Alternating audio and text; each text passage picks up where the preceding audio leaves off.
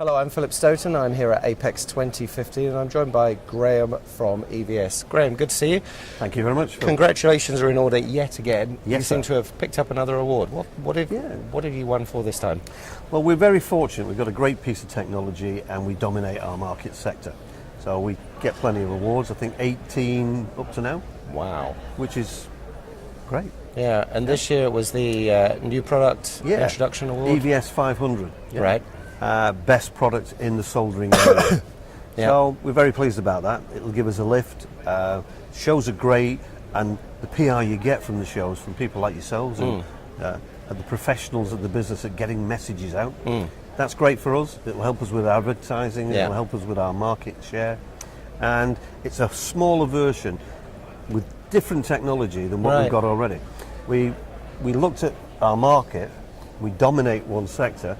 But below the units that we've got now is a much bigger market for the mom and pop shops. The small guy's not running 24/7. The guy may have one or two waves and only uses them once or twice a week. We couldn't recover his solder from his dross because he couldn't get a payback. And payback's even more important for the smaller guys. The smaller ones. Guys with selective soldering are giving it away to the dross guys, and we wanted to help them. So we've changed the concept, shrunk it all down, the weight's gone down, size has gone down, and the efficiency has gone up. Yeah, and so that's a win-win. That's a big market, isn't it? Because as we look through the tiers of contract manufacturers, we look at tier 1, there are maybe 6. We look at tier 2, there are maybe 30.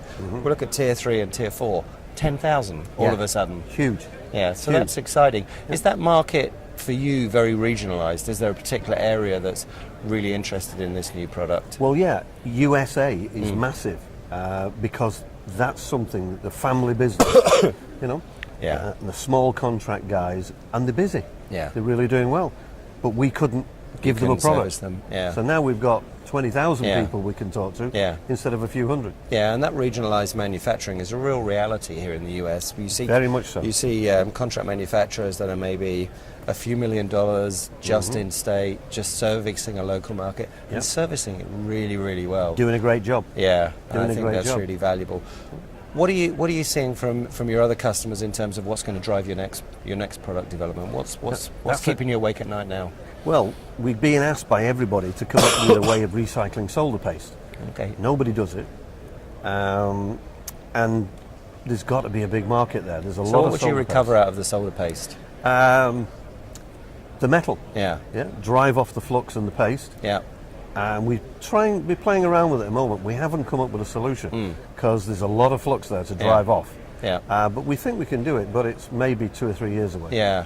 And you've not just got to do it, you've got to do it economically. So cost of recovery has got to be lower than that. Anybody could do it if you've got a £1 million budget. You know? We've got to do it where they can get a good ROI. Yeah. It's all about payback. Yeah. Particularly in North America. Yeah. You know? And when you look at our ROI, what kind of, and you talk about your EVS 500, for example, what period do you think when you're ideally trying to develop a product, how quickly do you want them to get that ROI? We want it to be under 12 months. Wow. Yeah. And then you get people excited. Yeah, of course. You say 2 you're or going to 3 pay years, for it in 12 months. But you get your money back in 12 months, and after that, it's all yours. It's all profit. Then they're getting excited. Yeah, and I guess with this product, it is literally a one-off cost. There isn't an ongoing service cost. Virtually nothing. And typically, how long would a product in the marketplace last?